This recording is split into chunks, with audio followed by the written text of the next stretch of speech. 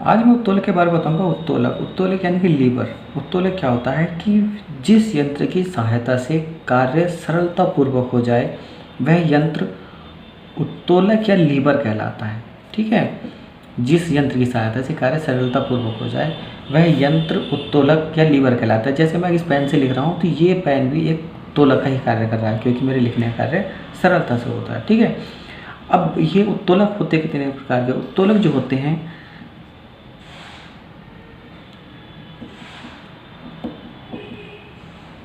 उत्तोलक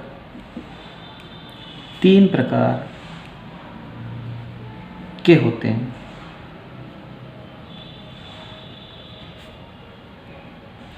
तीन प्रकार के होते हैं। ठीक है, इसमें सबसे पहला आता है आपका प्रथम श्रेणी के उत्तोलक। प्रथम श्रेणी के उत्तोलक, द्वितीय श्रेणी के उत्तोलक,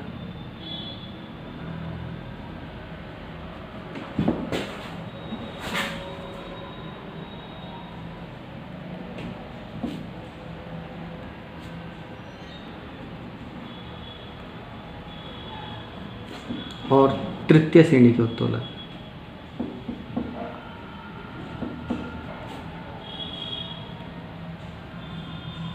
तृतीय श्रेणी के उत्तोलक।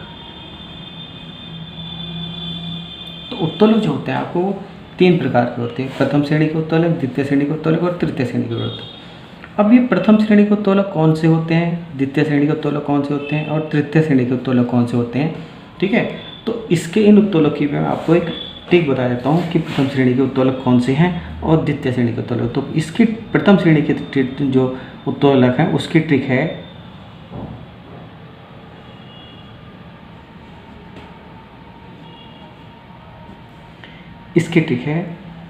पहले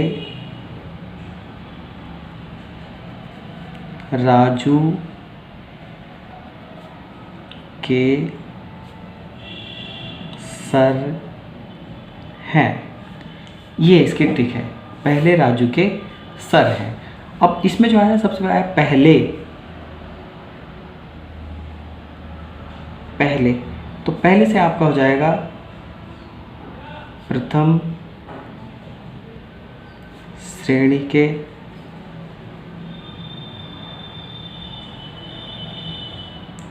उत्तोलक। ठीक है, इसके बाद आपका है राजू। पहले से हो गया राजू, राजू से हो जाएगा आपका तराजू। तराजू। ठीक है, इसके बाद आपका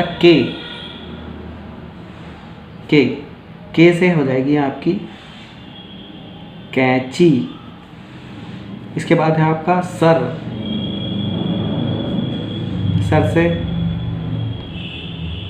सरसी। इसके बाद है आपका सर से सरसी हो गया, और है से है आपका हैंडपंप।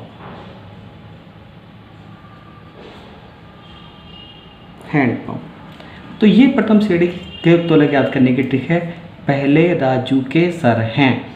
तो पहले से आपका प्रथम श्रेणी के उत्तोलक, फिर आपका राजू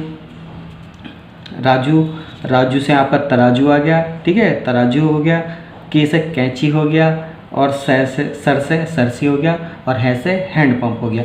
तो इस ट्रिक से आप जो प्रथम उत्तोलक के श्रेणी के उत्तोलक आप आसानी से याद कर सकते हैं। ठीक है, तो लिख सकें। ठीक है, एक चीज़ और मैं बता दूं कि उत्तोलक जो होते हैं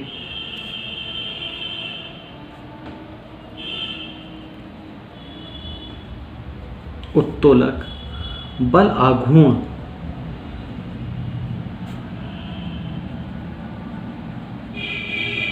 के सिद्धांत पर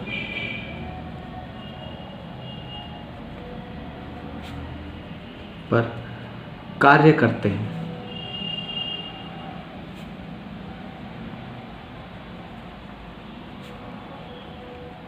कभी ये क्वेश्चन आ जाता है कि उत्तोलक किस क्या सिद्धांत पर कार्य करते हैं, तो वो होगा बल आघूर्ण के सिद्धांत पर कार्य करते हैं। ठीक है, तो इस प्रकार आप प्रथम श्रेणी के उत्तोलक याद रख सकते हैं।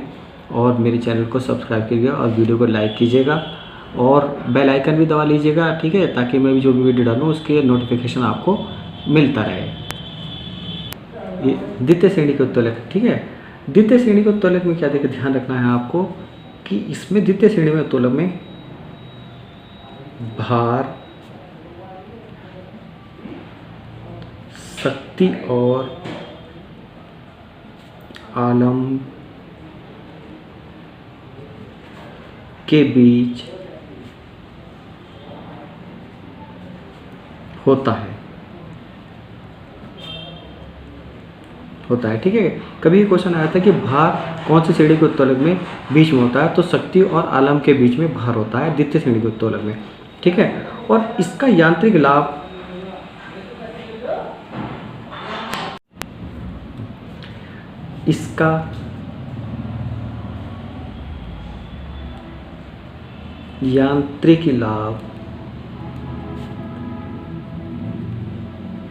सदैव 1 से अधिक होता है, ठीक है। कभी कोई क्वेश्चन में आ जाता है कि किस उत्तोलक का लाभ 1 से अधिक होता है, तो वो द्वितीय श्रेणी के उत्तोलक में जो यांत्रिक लाभ होता है वो सदैव 1 से अधिक होता है। अब द्वितीय श्रेणी के उत्तोलक कौन से हैं उसके ट्रिक मैं आपको बता रहा हूँ।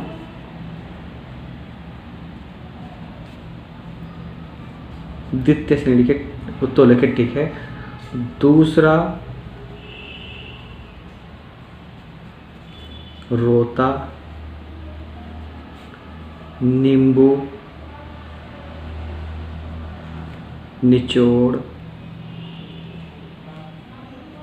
के ये ट्रिक है इसकी, दूसरा रोता नींबू निचोड़ के। अब देखिएगा इसमें सबसे पहला है आपका दूसरा,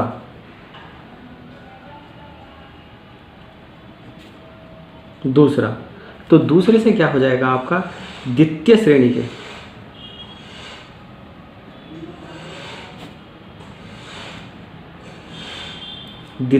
के उत्तोलक,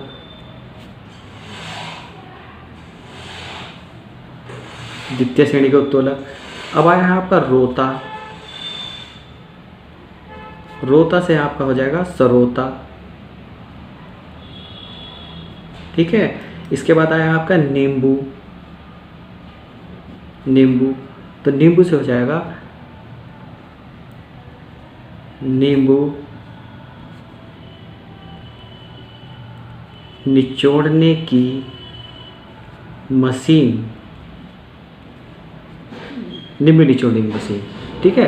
तो इस ट्रिक से आप जो है आप द्वितीय श्रेणी के उत्तोलक याद रख सकते हैं, ठीक है। आपका दूसरा रोता नींबू निचोड़ के, ठीक है। तो दूसरे से द्वितीय श्रेणी के उत्तोलक, रोता से सरोता हो जाएगा, नींबू से आपका नींबू निचोड़ने की मशीन हो जाएगा, ठीक है। और ये बैलगाड़ी भी होती है, बैलगाड़ी भी आपकी द्वितीय श्रेणी के उत्तोलक में आती है। तो इस ट्रिक से आप जो है क्या द्वितीय श्रेणी के उत्तोलक को आप आसानी से याद कर सकते हैं। और इसमें आपको ये भी ध्यान रखना है कि भार शक्ति और आलम्ब के बीच में होता है, ठीक है, द्वितीय श्रेणी में। द्वितीय श्रेणी के बाद उत्तोलक के बाद जो आता है आपका तृतीय श्रेणी के उत्तोलक आता है। तृतीय श्रेणी के उत्तोलक, तृतीय श्रेणी के उत्तोलक। तृतीय श्रेणी में क्या होता है आपका एक और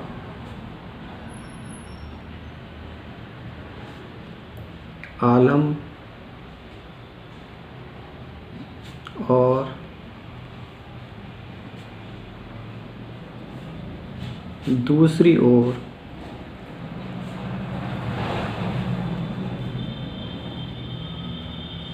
भार और बीच में आयास या बल होता है,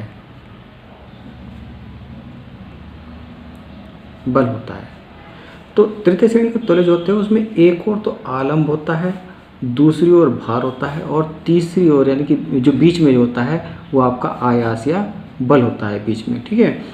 इस प्रकार जो उत्तोलक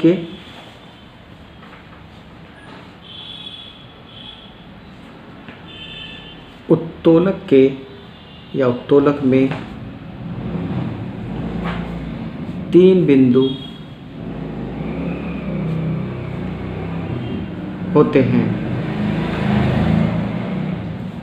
इसमें एक होता है आपका आलम, दूसरा होता है आपका भार और तीसरा होता है आपका थर्ड यानी कि आयास या बल होता है, ठीक है। तो इस प्रकार उत्तोलक में 3 बिंदु होते हैं, आलम, भार और आयास बल होते हैं। हम बात कर रहे थे तीसरे श्रेणी उत्तोलक। तीसरे श्रेणी उत्तोलक की जो ट्रिक है, आप जिस ट्रिक से आप याद रख कर सकते हैं वो ट्रिक मैं आपको बता रहा हूँ। इसके ट्रिक है आपका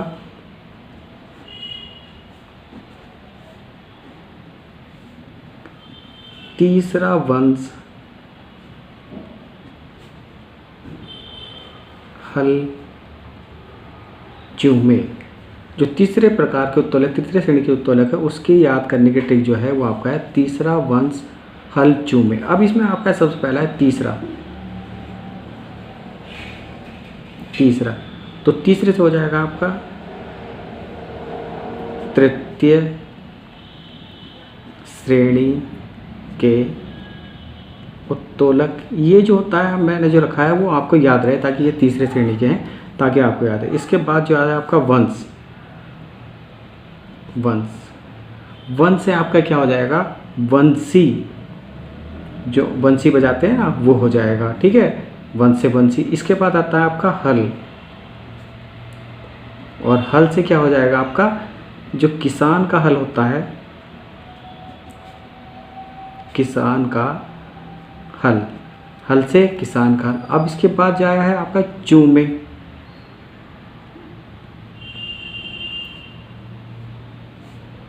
चूमे से हो जाएगा आपका चिमटा। तो इस प्रकार इस ट्रिक से जो तृतीय श्रेणी के उत्तोलक होते हैं वो आसानी से याद रख सकते हैं। और ट्रिक है आपकी क्या, तीसरा वंश हल से चूमे, तीसरे से तृतीय श्रेणी के उत्तोलक हो जाएंगे आपके, और वंश से आपका वंशी हो जाएगा, और हल से हल हो जाएगा, हल यानी किसान का हल हो जाएगा, और चूमे से चिमटा हो जाएगा।